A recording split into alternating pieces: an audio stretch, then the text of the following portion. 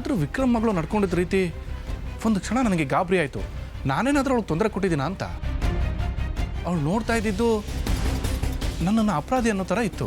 ನಾವು ಯಾರನ್ನೋ ಮಾತಾಡಿಸ್ದೆ ಅವಾಯ್ಡ್ ಮಾಡೋದು ಯಾವಾಗ ಹೇಳು? ಯಾವಾಗ? ಅವರಿಂದ ನಮಗೆ ಬೇಜಾರಾದಾಗ ಅಥವಾ ತೊಂದರೆ ಆದಾಗ, ಅಥವಾ ನಮ್ಮಿಂದ ಅವ್ರಿಗೇನಾದರೂ ಬೇಸರ ಆದಾಗ. ಹೌದು ತಾನೆ? ನಾನು ನಿನ್ನ ಮದುವೆ ಆಗಲ್ಲ. ಮದುವೆ ಆಗೋದಕ್ಕೆ ಸಾಧ್ಯನೂ ಇಲ್ಲ.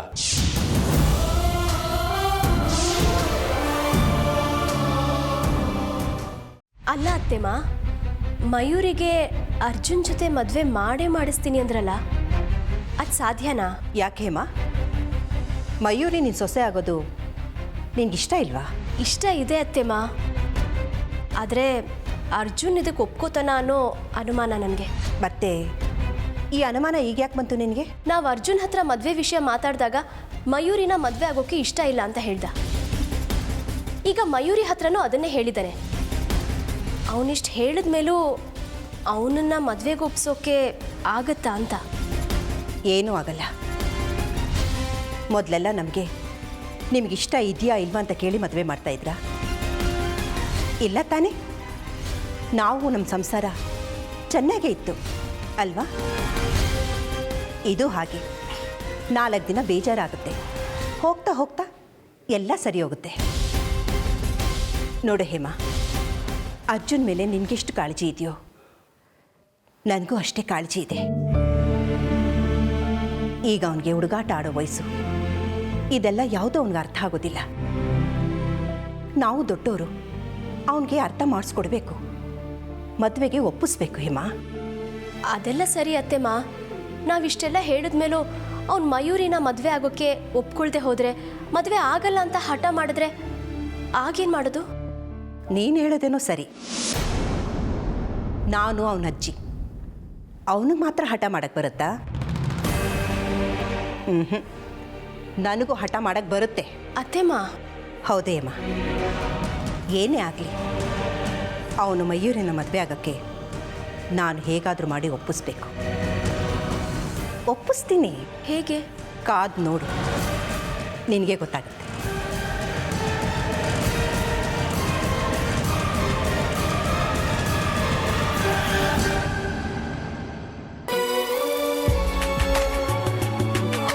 ಇನ್ನು ಮುಂದೆ ನನಗೆ ಕಾಯೋದಕ್ಕಾಗಲ್ಲ ಕಣ್ರಿ ಅಮೃತ ಅವರೇ. ಇಷ್ಟು ದಿನ ನೀವು ನನ್ನ ಲವ್ನ ಅಕ್ಸೆಪ್ಟ್ ಮಾಡ್ತೀರಾ ಅಂತ ಕಾಯ್ತಾ ಇದ್ದೆ. ನೀವು ಅಕ್ಸೆಪ್ಟ್ ಮಾಡಲೇ ಇಲ್ಲ. ನಾಳೆ ನಿಮ್ಮ ಮನೆಗೆ ಬಂದು ನಿಮ್ಮ ಕೈ ಹಿಡಿದು ನಿಮ್ಮ ಮನೆ ಪಕ್ಕದಲ್ಲಿರೋ ದೇವಸ್ಥಾನಕ್ಕೆ ನಿಮ್ಮನ್ನು ಕರ್ಕೊಂಡು ಹೋಗಿ ನಿಮ್ಮ ಕುತ್ತಿಗೆಗೆ ತಾಳಿ ಕಟ್ಟಿ ನಮ್ಮ ಅಮ್ಮ ಅಜ್ಜಿ ಮುಂದೆ ನಿಲ್ಲಿಸಿ, ನೀವೇ ಈ ಮನೆ ಸೊಸೆ, ನೀವೇ ನನ್ನ ಹೆಂಡತಿ ಅಂತ ತೋರಿಸ್ತೀನಿ. ಹಾಂ, ಹೀಗೆಲ್ಲ ಮಾಡಬೇಕು ಅಂತ ನನಗೂ ಆಸೆ. ಆದರೆ ಏನು ಮಾಡಲಿ, ಇದು ರಿಯಲ್ ಲೈಫ್ ಅಲ್ಲ. ಇದೆಲ್ಲ ಏನಿದ್ರು ಸಿನಿಮಾದಲ್ಲಿ ಮಾತ್ರ ಸಾಧ್ಯ. ರೀ ಅಮೃತ ಅವರೇ, ಪ್ಲೀಸ್ ನನ್ನ ಪರಿಸ್ಥಿತಿನ ಅರ್ಥ ಮಾಡ್ಕೊಳ್ರಿ. ನಮ್ಮ ಮನೇಲಿ ಅಜ್ಜಿ ಅಮ್ಮ ಇಬ್ಬರು ಮದುವೆ ಆಗೋ ಅಂತ ಬಂಬಡಿ ಬಜಾಯಿಸ್ತಾ ಇದ್ದಾರೆ. ಆ ಮಯೂರಿ ನಾನು ಮದುವೆ ಆಗೋದಿಲ್ಲ ಅಂತ ಹೇಳಿದ್ರು ನನ್ನ ಮದುವೆ ಆಗುವಂತ ಹಿಂದೆ ಬಿದ್ದಿದ್ದಾಳೆ. ನಾನು ನಿಮ್ಮಿಂದೆ ಮದುವೆ ಆಗುವಂತ ಬಿದ್ದಿದ್ದೀನಲ್ಲ, ಹಾಗೆ ಅದು ಸಾಧ್ಯ ಇಲ್ಲ ಅಂತ ಅವಳಿಗೆ ಗೊತ್ತಿಲ್ಲ. ರೀ ಅಮೃತ ಅವರೇ, ನನಗಿಂತ ಒಳ್ಳೆ ಹುಡುಗ ಮತ್ತೆ ಸಿಗಲ್ಲ ಕಣ್ರಿ. ಅಲ್ಲ, ನನ್ನಲ್ಲಿ ಏನು ಕಮ್ಮಿ ಆಗಿದೆ ಅಂತ ನೀವು ನನ್ನ ಪ್ರೀತಿ ಮಾಡೋದಕ್ಕೆ ಒಪ್ಕೋತಾ ಇಲ್ಲ? ಸರಿ, ನಿಮ್ಮ ಟರ್ಮ್ಸ್ ಆ್ಯಂಡ್ ಕಂಡೀಷನ್ಸ್ಗೆಲ್ಲ ನಾನು ಕಣ್ಣು ಮುಚ್ಕೊಂಡು ಒಪ್ಕೋತೀನಿ. ಹಾಗೆ ನೀವು ನನ್ನ ಪ್ರೀತಿ ಮಾಡೋದಕ್ಕೆ ಒಪ್ಕೋಬೇಕು, ಸರಿನಾ? ನಾಳೆ 2ರಲ್ಲಿ 1 ತೀರ್ಮಾನ ಆಗಲೇಬೇಕು. 2ರಲ್ಲಿ ಒಂದೇನು, ತೀರ್ಮಾನ ಆಗೋದೇ ಒಂದೇ. ನೀವು ನನ್ನ ಮದುವೆ ಆಗೋದಕ್ಕೆ ಒಪ್ಕೋಬೇಕು. ಒಪ್ಕೋತೀರಾ?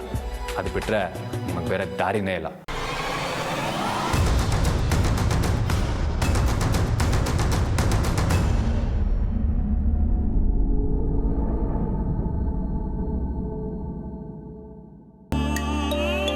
ಹೇಳಿ ವಿಕ್ರಮ್ ಅವರೇ, ಏನು ವಿಷಯ? ಐ ಆಮ್ ಸಾರಿ ವಿಷ್ಣು ಅವರೇ. ಸಾರಿನಾ? ಯಾಕೆ? ನೀವೇನು ತಪ್ಪು ಮಾಡಿದ್ದೀರ ಅಂತ ಸಾರಿ ಕೇಳ್ತಾ ಇದ್ದೀರಾ? ಇಲ್ಲ, ನಿನ್ನೆ ನೀವು ನಮ್ಮ ಆಫೀಸಿಗೆ ಬಂದಾಗ ನನ್ನ ಮಗಳು ನಿಮ್ಮ ಹತ್ರ ಸರಿಯಾಗಿ ಮಾತಾಡಲಿಲ್ಲ. ಜೊತೆಗೆ ನೀವು ಮಾತಾಡ್ಸಿದ್ರು ಅವಳು ಸರಿಯಾಗಿ ರೆಸ್ಪಾಂಡ್ ಮಾಡಲಿಲ್ಲ. ಅದಕ್ಕೆ ನೀವು ಬೇಜಾರು ಮಾಡ್ಕೊಂಡ್ರೇನೋ ಅಂತ. No, it's okay. ಆ ವಿಷಯ ನಾನು ಯಾವಾಗಲೂ ಮರೆತುಬಿಟ್ಟೆ.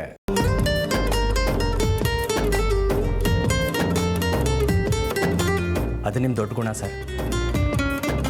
ಆದರೆ ನಿನ್ನೆ ನನ್ನ ಮಗಳು ಮೊದಲನೇ ಸರಿ ಆಫೀಸಿಗೆ ಬಂದಿದ್ದು. ಅವಳಿಗೆ ಈ ಆಫೀಸ್ ಕೆಲಸಗಳು ಅದು ರೊಟೀನ್ ಎಲ್ಲ ಅಭ್ಯಾಸ ಇಲ್ಲ. ಬಹುಶಃ ಅದಕ್ಕೆ ಆ ಥರ ಬಿಹೇವ್ ಮಾಡಿದ್ಲು ಅನಿಸುತ್ತೆ. ನೀವು ಬೇಜಾರು ಮಾಡ್ಕೋಬೇಡಿ ಸರ್. ಹಾಗೇನಿಲ್ಲ, ನೀವ್ಯಾಕೆ ಇನ್ನೂ ಅದನ್ನು ಮನಸ್ಸಲ್ಲೇ ಇಟ್ಕೊಂಡಿದ್ದೀರಾ? ಹೆಣ್ಮಕ್ಳಿಗೆ ಹೊಸಬ್ರ ಹತ್ರ ಮಾತಾಡೋದಕ್ಕೆ ಸಹಜವಾಗಿ ಸಂಕೋಚ ಆಗುತ್ತೆ. ಹಾಗಾಗಿ ನಿಮ್ಮ ಮಗಳು ನನ್ನ ಹತ್ರ ಆ ರೀತಿ ನಡ್ಕೊಂಡಿದ್ದಾಳೆ. ಅದು ಬಿಡಿ, ಅಗ್ರಿಮೆಂಟ್ ರೆಡಿ ಇದೆಯಾ? ಹಾಂ ಸರ್, ರೆಡಿಯಾಗಿದೆ. ಓ ಸರಿ, ಹಾಗಾದರೆ ನಾಳೆ ನಿಮ್ಮ ಆಫೀಸಿಗೆ ಬಂದು ನಾನು ಸೈನ್ ಮಾಡ್ತೀನಿ. ಬೇಡ ಸರ್, ಈ ಸಾರಿ ನಾನೇ ನಿಮ್ಮ ಆಫೀಸಿಗೆ ಬಂದು ಸೈನ್ ಮಾಡಿಸ್ಕೊಂಡು ಹೋಗ್ತೀನಿ. ಓ ದಟ್ಸ್ ಗುಡ್, ಅದು ಇನ್ನೂ ಒಳ್ಳೆಯದೇ. ನೀವು ನಮ್ಮ ಆಫೀಸ್ ನೋಡಿದಾಗತ್ತೆ. ಖಂಡಿತ ಬನ್ನಿ, ನಾಳೆ ನಿಮಗೋಸ್ಕರ ವೆಯ್ಟ್ ಮಾಡ್ತಾ ಇರ್ತೀನಿ. ಶೋರ್ ಸರ್, ಬರ್ತೀನಿ sir. Bye, good night. Okay sir, thank you, bye. ರೀ, ವಿಷ್ಣು ಅವ್ರು ಏನು ಹೇಳಿದ್ರು?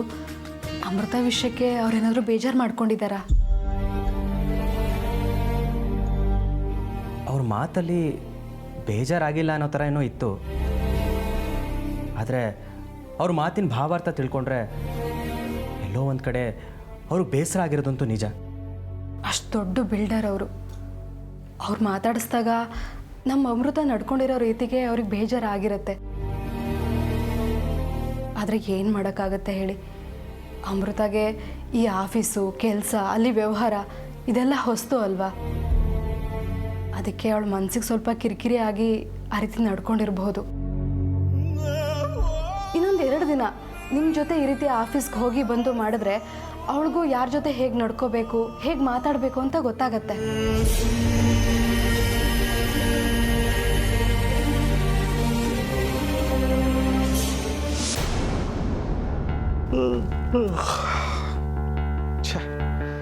ಈ ರಾಜಿಗೆ ಎಷ್ಟು ಸಲ ಹೇಳ್ತೀನಿ, ಮಲಗೋದಕ್ಕೆ ಮುಂಚೆ ಪಕ್ಕದಲ್ಲಿ ಕುಡಿಯೋ ನೀರು ಇಡು ಅಂತ.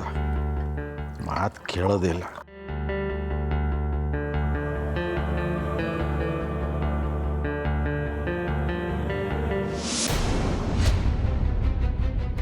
ಏನಿದು ಮೇಲ್ಗಡೆ ಲೈಟ್ ಎಲ್ಲ ಹಾಗೆ ಉರಿತಾ ಇದೆಯಲ್ಲ? ಅಮೃತ ಇನ್ನು ಮಲಗಿಲ್ವಾ? ಇಷ್ಟೊತ್ತಲ್ಲಿ ಏನು ಮಾಡ್ತಿದ್ದಾಳೆ? ನೋಡ್ಬಿಡೋಣ.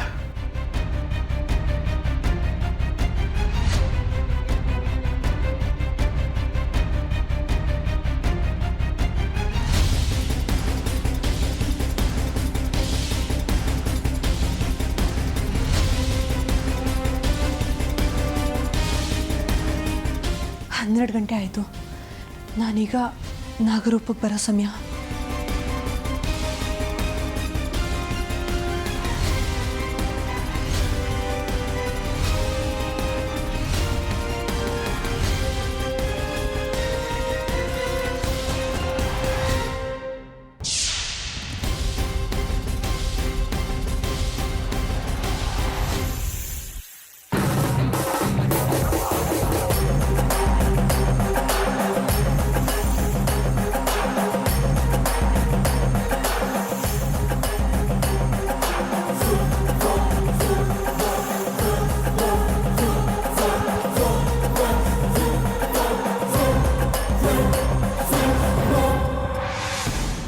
ಕಿಟಕಿಯಿಂದ ಹೊರಗೆ ಹೋಯ್ತು.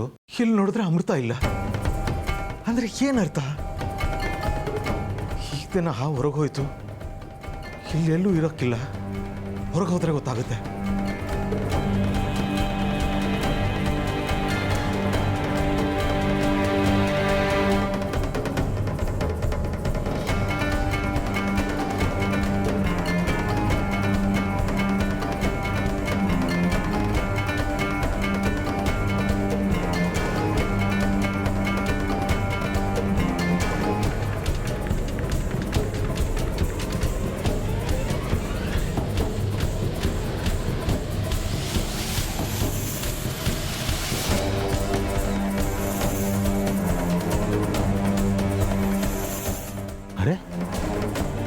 ಈ ಹಾವು ಎಲ್ಲೂ ಕಾಣ್ತಾ ಇಲ್ವಲ್ಲ? ಹಾಗಾದ್ರೆ ಎಲ್ಲೂ ಹೋಯ್ತು? ರೂಮ್ ಒಳಗಡೆ ಅಮೃತ ಇಲ್ಲ, ಹಾವು ಕಿಟಕಿಯಿಂದ ಹೊರಗೆ ಬಂತು, ಆದರೆ ಇಲ್ಲೆಲ್ಲೂ ಇಲ್ಲ. ಏನಪ್ಪ ವಿಚಿತ್ರ? ಹಾಗಾದ್ರೆ ಎಲ್ಲೂ ಹೋಯ್ತು? ಹಾಂ, ಫಿಕ್ಸ್ ಮಾಡಿರೋ CC ಕ್ಯಾಮ್ರಾದಲ್ಲಿ ನೋಡಿದ್ರೆ ಎಲ್ಲ ಗೊತ್ತಾಗ್ಬೋದು.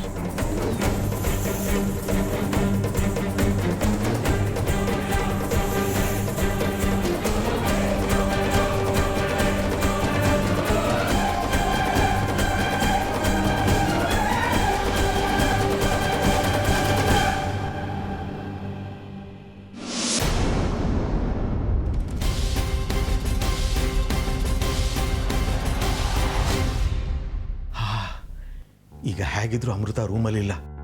ಎಸ್, ಕ್ಯಾಮ್ರಾನಲ್ಲಿ ಎಲ್ಲ ರೆಕಾರ್ಡ್ ಆಗಿರುತ್ತೆ. CC ಕ್ಯಾಮ್ರಾನ ಆರಾಮಾಗಿ ತೆಕ್ಕೋಬೋದು. ಅಮೃತ, ಇವತ್ತು ನೀನು ಸಿಕ್ಬಿದ್ದೆ.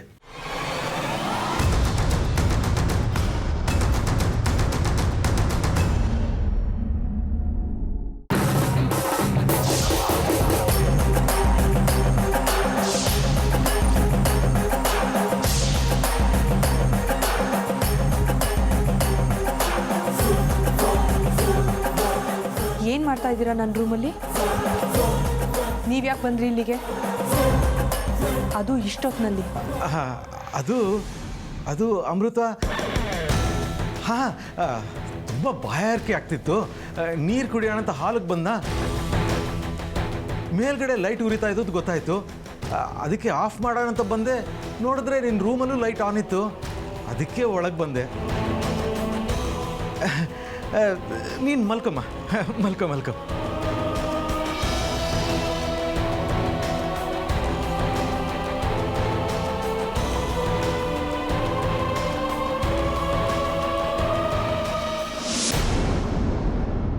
ಅಜ್ಜಿ, ಎಲ್ಲಿ ಕರ್ಕೊಂಡು ಹೋಗ್ತಾ ಇದೆಯಾ? ಹೇಳ್ತೀನಿ, ಮಾತಾಡದೆ ಬಾಯಿ ಮುಚ್ಕೊಂಡು ಬಾ. ನೋಡು, ಸರಿಯಾಗಿ ಕಣ್ಬಿಟ್ಟು ನೋಡು.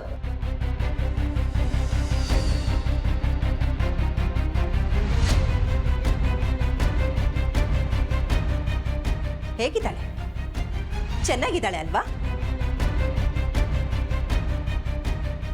ನಿನ್ನನ್ನ ಕಾಲೇಜ್ ದಿನದಿಂದ ನೋಡ್ತಿದ್ದಾಳೆ.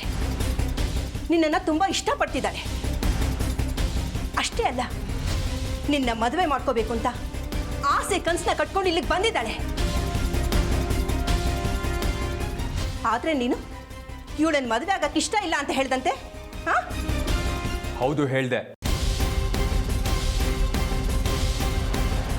ಈಗಲೂ ಅದನ್ನೇ ಹೇಳ್ತಾ ಇದ್ದೀನಿ. ಮಯೂರಿನ ಮದುವೆ ಆಗೋದಕ್ಕಾಗಲ್ಲ. ಮಯೂರಿನ ಮದುವೆ ಆಗೋದಕ್ಕೆ ಸಾಧ್ಯನೂ ಇಲ್ಲ. ನೀವು ಯಾರು ಏನೇ ಹೇಳಿದ್ರು ನಾನು ಇವಳನ್ನ ಮದುವೆ ಆಗೋದಕ್ಕೆ ಸಾಧ್ಯ ಇಲ್ಲ. ಯಾಕೆ ಸಾಧ್ಯ ಇಲ್ಲ? ಮಯೂರಿ ಏನ್ ಕಂಡ್ರೆ ನಿನ್ಗೆ ಯಾಕೆ ಇಷ್ಟ ಇಲ್ಲ? ಅಜ್ಜಿ, ಮಯೂರಿ ಕಂಡ್ರೆ ನನಗೆ ಇಷ್ಟನೇ. ಆದರೆ ಲೈಫ್ ಪಾರ್ಟ್ನರ್ ಆಗಲ್ಲ, ಒಳ್ಳೆ ಫ್ರೆಂಡ್ ಆಗಿ. ಅರ್ಜುನ್, ಮಯೂರಿ ಒಳ್ಳೆ ಫ್ರೆಂಡ್ ಆಗಿ ಇಷ್ಟ ಆಗಿದ್ದಾಳೆ ಅಂತಿದ್ಯಾ? ಅದು ಅಲ್ಲದೆ ನಿಮ್ಮಿಬ್ಬರ ಮಧ್ಯೆ ಒಳ್ಳೆ ಸ್ನೇಹ ಕೂಡ ಇದೆ. ಒಬ್ಬ ಸ್ನೇಹಿತೆ ಹೆಂಡತಿ ಆಗೋದ್ರಲ್ಲಿ ತಪ್ಪೇನಿದೆ ಹೇಳು? ಏನು ಹೇಳ್ತಾ ಇದೆಯಾ ಅಮ್ಮ? ಸ್ನೇಹಿತೆ ಅಷ್ಟೇ. ಸ್ನೇಹಿತನ ಹೆಂಡತಿ ದೃಷ್ಟಿಲಿ ನೋಡೋದು ತಪ್ಪಾಗುತ್ತೆ. ಅದು ಅಲ್ಲದೆ ಸ್ನೇಹ ಇದ್ದವ್ರನ್ನೆಲ್ಲ ಮದುವೆ ಆಗೋಕ್ಕಾಗತ್ತಾ? ಮದುವೆ ಆಗೋದಕ್ಕೆ ಮನ್ಸೊಪ್ಪಬೇಕು.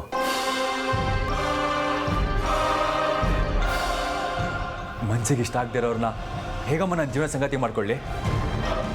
ನಿನ್ನ ಮಾತು ಕೇಳ್ತಾ ಇದ್ರೆ ನೀನು ಯಾರನ್ನೋ ಇಷ್ಟಪಡ್ತಿರೋ ಹಾಗಿದೆ.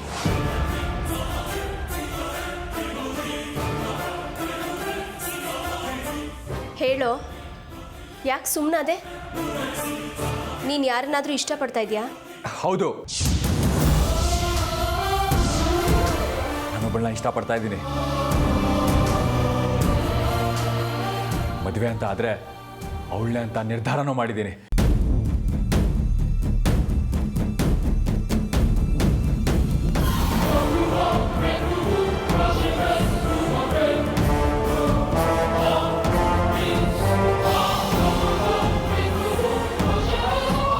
ನೋಡ್ದಿ ಹೇಮಾ, ನಿನ್ನ ಮಗ ಎಷ್ಟು ದೊಡ್ಡವನಾಗಿದ್ದಾನೆ.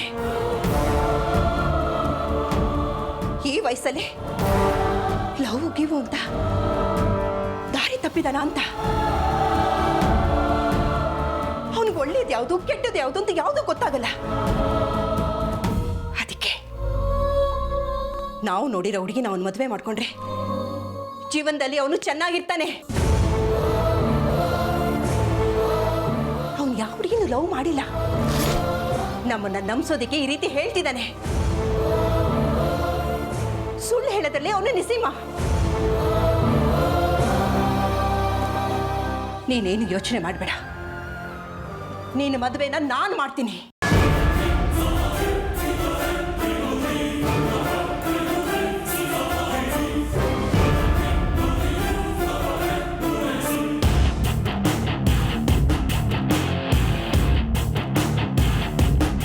ನಿಮ್ಮ ಪ್ರಯತ್ನಗಳು ನಡೀಲಿ ಅಜ್ಜಿ.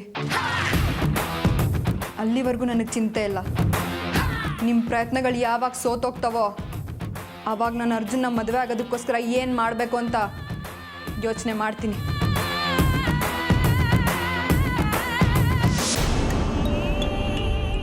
ಏನು ಕಣ? ಅಪ್ಪ ನಾನು ಆಫೀಸಿಗೆ ಹೊರಟಿದ್ದೀನಿ, ನೀವು ಬರ್ತಿರೋ ಹೇಗೆ? ಹಾಂ ಬರ್ತೀನಿ. ವಿಕ್ರಮ್ ಅವ್ರ ಆಫೀಸಿಗೆ ಬರ್ತಿದ್ದಾರೆ. ಅಗ್ರಿಮೆಂಟಿಗೆ ಸೈನ್ ಮಾಡೋದಿದೆ. ಒಂದು 5 ನಿಮಿಷ ಡ್ರೆಸ್ ಚೇಂಜ್ ಮಾಡಿ ಬರ್ತೀನಿ. ಸರಿಪ್ಪ, ನಾನು ರೆಡಿ ಇದ್ದೀನಿ, ನೀವು ರೆಡಿಯಾಗಿ ಬಂದರೆ ಹೋಗ್ಬೋದು. ಹಾಂ ಓಕೆ.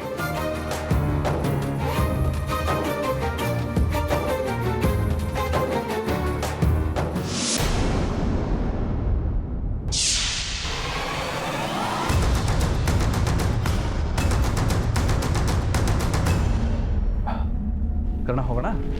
ಸರಿಪ್ಪ. ರೀ ಒಂದು ನಿಮಿಷ. ಏನು ಹೇಮ? ನೀವು ಆಫೀಸಿಗೆ ತಾನೇ ಹೋಗ್ತಾ ಇರೋದು? ಹೌದು, ಯಾಕೆ? ಇವತ್ತು ಒಂದು ದಿವಸ ಮನೆಯಲ್ಲೇ ಇದ್ಬಿಡಿ, ಆಫೀಸಿಗೆ ಹೋಗಬೇಡಿ. ಆಫೀಸ್ ಕೆಲಸ ಏನಿದ್ರು ಕರಣ್ ನೋಡ್ಕೋತಾನೆ ಇವತ್ತು. ಅದು ಸಾಧ್ಯ ಇಲ್ಲ. ಇವತ್ತು ವಿಕ್ರಮ್ ಅವ್ರು ಆಫೀಸಿಗೆ ಬರ್ತಿದ್ದಾರೆ, ನಾನು ಹೋಗಲೇಬೇಕು. ಅದು ಹಾಗಲ್ಲ ರೀ. ಇವತ್ತು ನಿಮ್ಮ ಜೀವಕ್ಕೆ ಅಪಾಯ ಇದೆ ಅಂತ ಶಾಸ್ತ್ರಿಗಳು ಹೇಳಿದ್ದಾರೆ. ದಯವಿಟ್ಟು ಇವತ್ತು ಒಂದು ದಿವಸ ಮನೇಲಿ ಇದ್ಬಿಡಿ. ಹೇಮ, ಭವಿಷ್ಯ ಅನ್ನೋದು ನಾವು ಮಾಡೋ ಕೆಲಸದಲ್ಲಿರುತ್ತೆ. ಒಳ್ಳೇದು ಕೆಟ್ಟದ್ದು ನಾವು ಯೋಚನೆ ಮಾಡೋ ರೀತಿಲಿ ಇರುತ್ತೆ. ಅದು ಬಿಟ್ಟು ಯಾರೋ ಶಾಸ್ತ್ರಿಗಳು ಹೇಳೋ ಮಾತಲ್ಲಿ ಇರಲ್ಲ, ತಿಳ್ಕೊ. ನೋಡು, ವಿಕ್ರಮ್ ಅವ್ರಿಗೆ ನಾನು ಹೇಳಿದ್ದೀನಿ ಆಫೀಸಲ್ಲಿ ಸಿಗ್ತೀನಿ ಅಂತ. ನಾನು ಹೋಗಲೇಬೇಕು. ಇವತ್ತು ನಮ್ಮಿಬ್ಬರು ಪಾರ್ಟ್ನರ್ಶಿಪ್ ಅಗ್ರಿಮೆಂಟ್ಗೆ ಸೈನ್ ಮಾಡೋದಿದೆ. ಅದೇನಾದರೂ ಡಿಲೇ ಆದರೆ ಕೆಲಸಗಳು ಡಿಲೇ ಆಗುತ್ತೆ. ಕೆಲಸಗಳು ಡಿಲೇ ಆದರೆ ಪ್ರಾಜೆಕ್ಟ್ ಮೇಲೆ ಅದ್ರ ಪರಿಣಾಮ ಬೀರುತ್ತೆ. ನಿನಗೆ ಅದೆಲ್ಲ ಅರ್ಥ ಆಗೋದಿಲ್ಲ, ಸುಮ್ಮನೆ ಇರು. ಬಾಕರಣ್. ಅಪ್ಪ, ಅಮ್ಮ ಹೇಳ್ದಾಗೆ ನೀವು ಇವತ್ತು ಮನೇಲೇ ಇದ್ಬಿಡಿ, ಅದೇ ಬೆಸ್ಟು. ವಿಕ್ರಮ್ ಅವ್ರು ಏನಾದರೂ ಆಫೀಸಿಗೆ ಬಂದರೆ ಫೈಲ್ ಕಲೆಕ್ಟ್ ಮಾಡಿ ಮನೆಗೆ ತೊಗೊಂಬಂದು ನಿಮ್ಮ ಹತ್ರ ಸೈನ್ ಮಾಡಿಸಿ ಅವ್ರಿಗೆ ತೊಗೊಂಡೋಗಿ ವಾಪಸ್ ತಲುಪಿಸ್ತೀನಿ. ಅದೆಲ್ಲ ಏನು ಬೇಕಾಗಿಲ್ಲ, ಬಾ ಬಾರೋ.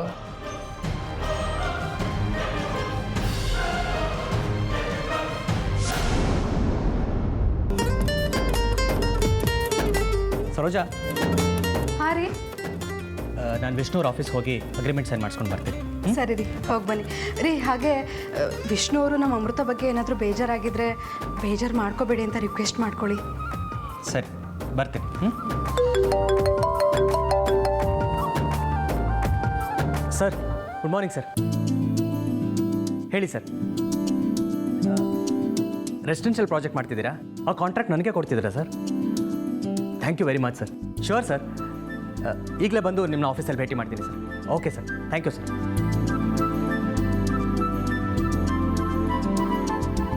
ಏನು ಮಾಡೋದು ಇವಾಗ? ಯಾಕ್ರಿ, ಏನಾಯಿತು? ಯಾರು ಫೋನ್ ಮಾಡಿದ್ದು? MLA ಸಾಹೇಬರು ಫೋನ್ ಮಾಡಿದರು. ಅವ್ರ ಆಫೀಸ್ಗೆ ಈಗಲೇ ಬರೋದಕ್ಕೆ ಹೇಳಿದ್ರು. ಈ ಕಡೆ ವಿಷ್ಣು ಅವ್ರ ಆಫೀಸಿಗೆ ಬೇರೆ ಬರ್ತೀನಿ ಅಂತ ಹೇಳ್ಬಿಟ್ಟಿದ್ದೆ. ಏನು ಮಾಡೋದು ಅಂತಲೇ ಗೊತ್ತಾಗ್ತಿಲ್ಲ ಈಗ. ರೀ, ಅದಕ್ಕೆ ಯಾಕೆ ಟೆನ್ಷನ್ ಮಾಡ್ಕೋತೀರಾ? ಅರ್ಜುನ್ ಅವ್ರಿಗೆ ಫೋನ್ ಮಾಡಿ ಹೇಳಿ ವಿಷ್ಣು ಅವ್ರ ಆಫೀಸಿಗೆ ಹೋಗೋದಕ್ಕೆ.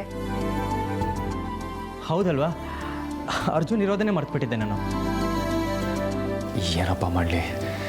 ಈ ಕಡೆ ಅಮೃತ ಅವರು ನಿನ್ನ ಮದುವೆ ಆಗೋದಕ್ಕೆ ಸಾಧ್ಯ ಇಲ್ಲ ಅಂತ ಹೇಳ್ತಾ ಇದ್ದಾರೆ.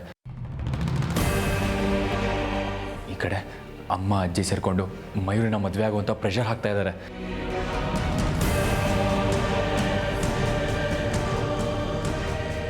ಅಮೃತನ ಬಿಟ್ಟು ಬೇರೆ ಯಾರನ್ನೂ ಮದುವೆ ಆಗೋದಕ್ಕೆ ನನಗೆ ಇಷ್ಟ ಇಲ್ಲ. ಇದರಿಂದ ಹೇಗೆ ಪಾರಾಗೋದು?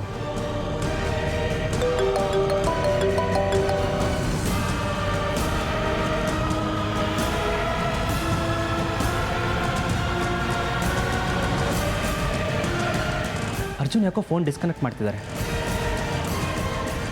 ಬಹುಶಃ ಬ್ಯುಸಿ ಇರಬೇಕು. ಏನು ಮಾಡೋದು? ಸರಿ ಬಿಡಿ, ಅರ್ಜುನ್ ಅವ್ರು ಹೋಗ್ದಿದ್ರೆ ಏನಂತೆ, ನಮ್ಮ ಅಮೃತ ಇದ್ದಾಳಲ್ವಾ. ನಮ್ಮ ಡ್ರೈವರಿಗೆ ಹೇಳಿದ್ರೆ ವಿಷ್ಣು ಅವ್ರ ಆಫೀಸಿಗೆ ಕರ್ಕೊಂಡು ಬರ್ತಾನೆ.